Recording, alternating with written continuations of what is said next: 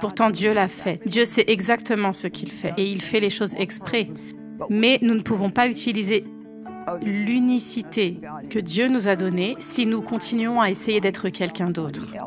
Il y a tellement de problèmes avec les gens qui se comparent aux autres, qui essayent d'être des personnes qu'ils ne sont pas et ça les rend malheureux. Je raconte toutes mes histoires à propos de quand Dieu essayait de m'apprendre à être moi-même. Et il y avait une dame qui vivait à côté de chez moi qui était Miss Art et Loisirs Créatifs. Elle fabriquait les vêtements pour sa famille et avait un jardin et toutes ces choses. Et avec moi, Dave devait coudre ses propres boutons sur ses chemises. Je n'étais pas douée pour ça. Oh, tu as entendu ça? J'ai essayé d'abord. J'ai essayé d'être comme elle. J'ai acheté une machine à coudre, j'ai pris des leçons. Et donc ici, je suis assise et je fais quelque chose que je déteste.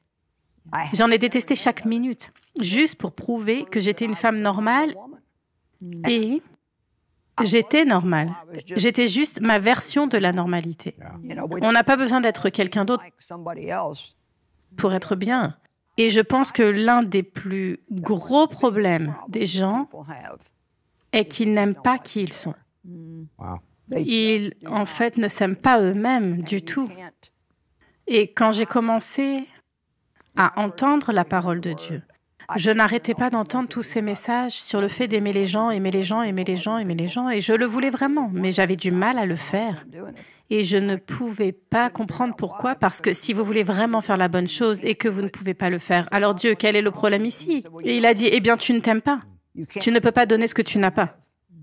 Donc, d'abord, Dieu nous aime, et ensuite, s'aimer soi-même d'une manière équilibrée signifie simplement accepter l'amour de Dieu. On accepte ce qu'il nous donne comme un cadeau. Et il y a tant de choses que Dieu essaye de nous donner et que nous n'acceptons pas, n'est-ce pas? Se tenir avec lui par le Christ en est une autre. Combien de personnes passent la majeure partie de leur vie à se sentir coupables alors que la culpabilité n'est qu'un moyen inutile d'essayer de payer pour nos péchés alors que Jésus les a déjà payés. Et donc, quoi que Dieu nous donne, cela ne nous sert à rien si nous ne le recevons pas. C'est donc lorsque nous le recevons qu'il commence à agir dans notre vie et à devenir réel. Et nous devrions avoir le droit d'être vrais les uns avec les autres. Je n'ai pas à me sentir mal parce que je ne peux pas faire ce que tu fais ou parce que je n'ai pas la même apparence que toi ou quoi que ce soit d'autre. Si quelqu'un a un peu plus de poids que cette personne, nous n'avons pas à être jaloux les uns des autres. Nous n'avons pas à détester quelqu'un parce que nous pensons qu'il a quelque chose de mieux que nous. Nous n'avons pas à essayer d'être comme eux.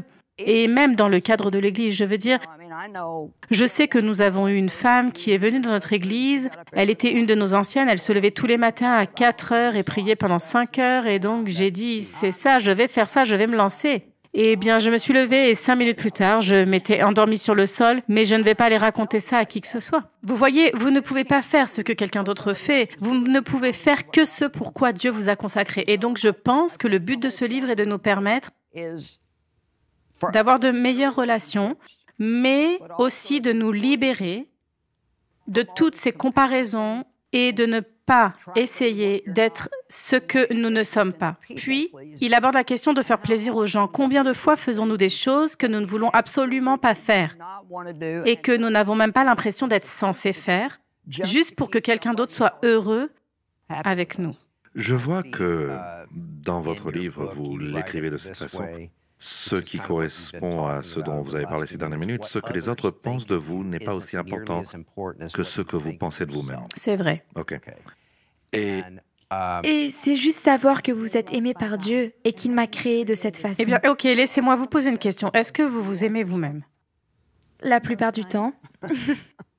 Eh bien, je veux dire, Oui. mais vous voyez, il y a une différence. Je ne vous demande pas si vous aimez tout ce que vous faites. Je demande si vous vous aimez vous-même. Et vous voyez, je n'aime pas tout ce que je fais, mais je m'aime. Et pour une raison ou une autre, cela semble drôle aux gens quand vous dites cela. C'est comme si c'est cette vieille pensée religieuse, je suis une personne terrible et je suis un vilain et je ne suis pas bon. Et je ne sais pas pourquoi les gens adorent ça, mais ça ne leur plaît pas quand vous dites que vous vous aimez. J'étais en Pennsylvanie une fois et je prêchais dans ce sens et j'ai dit « je m'aime bien ». Eh bien, j'ai passé beaucoup d'années à me détester et j'étais misérable. Mais je m'aimais bien parce que Dieu m'a créé de sa propre main dans le ventre de ma mère. La version de la Bible amplifiée dit « avec soin et complexité ». Donc, quelle insulte pour notre Créateur de ne pas s'aimer soi-même. Si Dieu a pris le temps de créer chacun d'entre nous de façon unique, le moins que nous puissions faire est de lui témoigner du respect en aimant ce qu'il a créé. Mais dans mon sermon, j'ai dit « je m'aime bien ». Le lendemain, c'est paru dans le journal, Mayer dit qu'elle s'aime bien. C'était comme si, de toute évidence, il n'aimait pas ça. Que j'ai dit ça et que j'ai donné l'impression d'être imbu de moi-même. Et ce n'est pas du tout le cas. Je veux dire, il ne veut pas qu'on se déteste. Il ne veut pas que nous soyons contre nous-mêmes. Nous ne pouvons pas donner ce que nous n'avons pas. Et Dieu s'attend à tout ce qu'il nous donne. Je dis toujours pour nous et par nous. Il me donne le pardon. Alors je vais donner le pardon aux autres. Il me donne la miséricorde pour que je sois miséricordieuse envers les autres. Il m'aime pour que je puisse donner de l'amour aux autres. Mais je ne peux pas le faire si je ne m'aime pas moi-même. Oui, donc il faut tout revoir.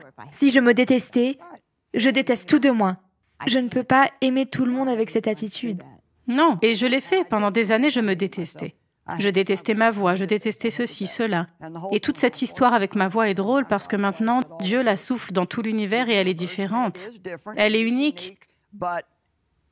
Mais à cause de ça, elle attire l'attention des gens. Si je suis dans un centre commercial, quelqu'un dira « Je connais cette voix, je sais que vous êtes Joyce Meyer ». Je ne peux pas me cacher à cause de ma voix. Dès que j'ouvre la bouche, c'est fini. Et donc, je détestais ma voix. Et pourtant, Dieu l'a faite. Dieu sait exactement ce qu'il fait. Et il fait les choses exprès. Mais nous ne pouvons pas utiliser l'unicité que Dieu nous a donnée si nous continuons à essayer d'être quelqu'un d'autre. Shalom, j'espère que vous avez aimé cette vidéo. Abonnez-vous pour ne pas rater nos programmes. Merci de faire partie de notre famille TBN. Que Dieu vous bénisse. Shalom de Jérusalem.